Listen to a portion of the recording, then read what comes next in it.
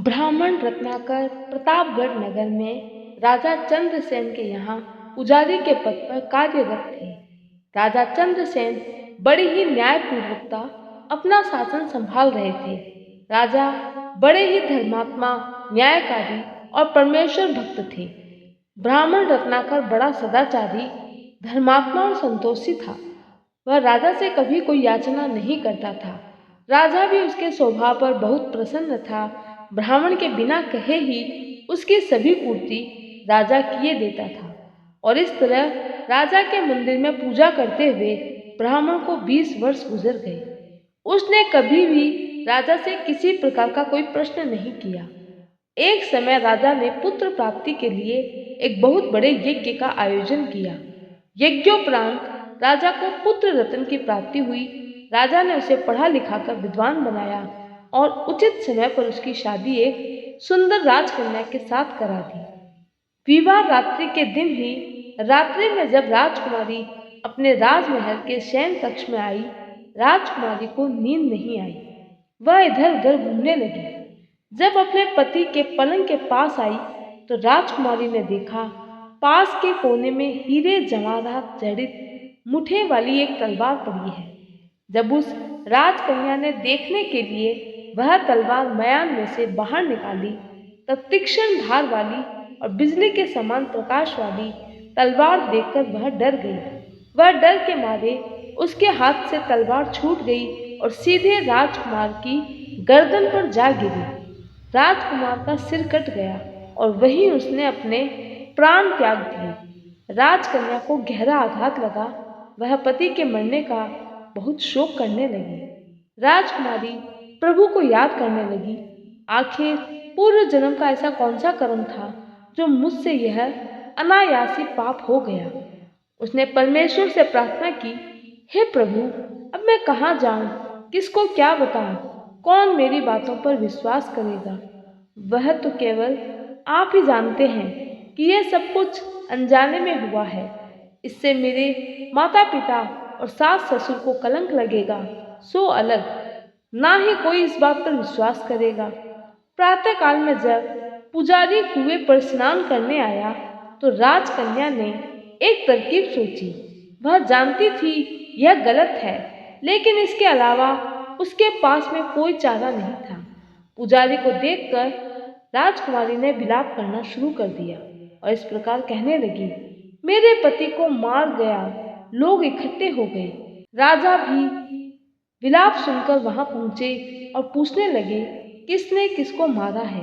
तब राजकुमारी कहने लगी, मैं जानती तो नहीं कि वह कौन था, परंतु उसने उसको ठाकुर जी के मंदिर में जाते देखा था।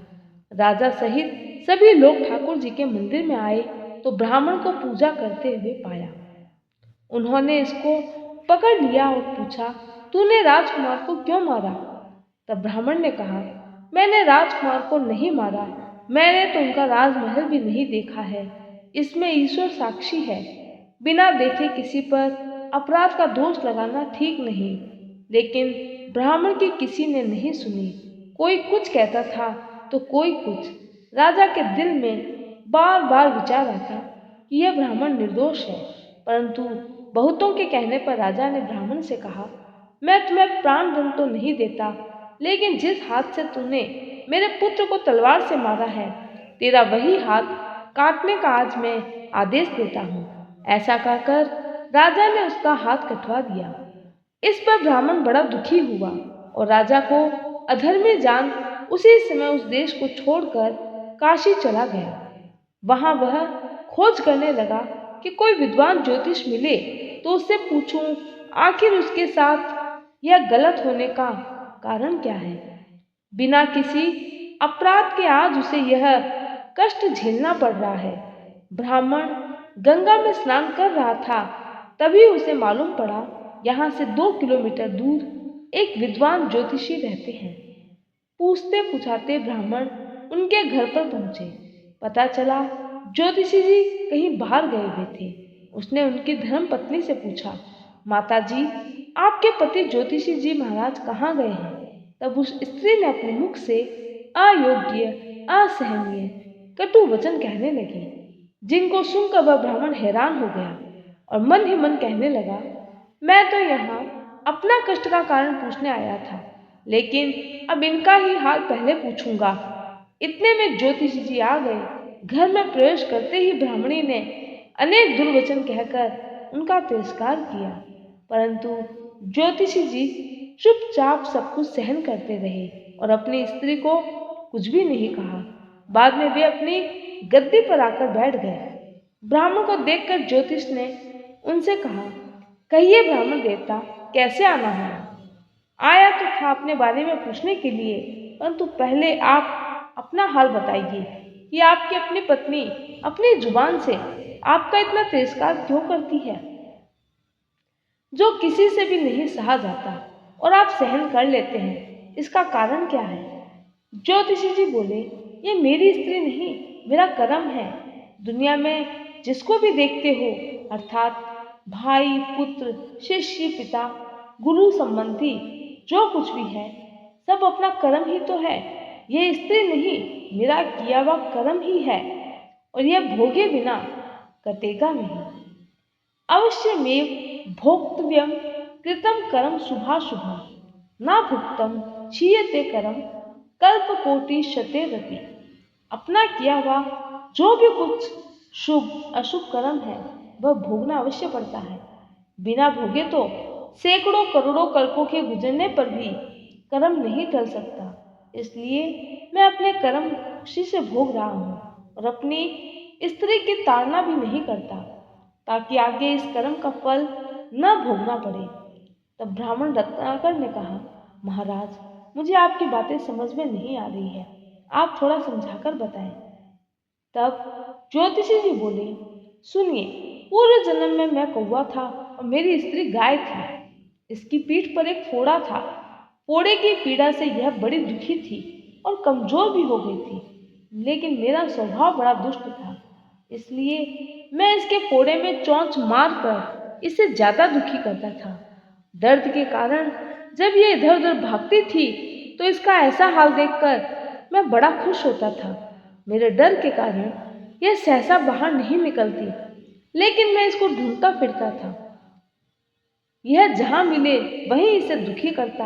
आखिर मेरे द्वारा बहुत सताए जाने पर त्रस्त होकर वह गांव से 10-12 मील दूसरे गांव में चली गई। वहां गंगा किनारे सुखपूर्वक रहने लगी, लेकिन मैं इसके बिना नहीं रह सकता था। इसलिए ढूंढते ढूंढते मैं भी इसके पीछे चला आता और वही क्रिया दोहराता। मेरी चोंच की मार से बचने के लिए वह गाय गंगा जी में प्रवेश कर गई। पीछे पीछे मैं भी चला गया। गंगा का प्रवाह तेज होने के कारण हम दोनों बह गए और बीच में ही मर गए। तब गंगा जी के प्रभाव एवं किसी पूर्व जन्म के पुण्य के प्रभाव से यह ब्राह्मणी बनी और मैं बड़ा भारी ज्योतिषी बना।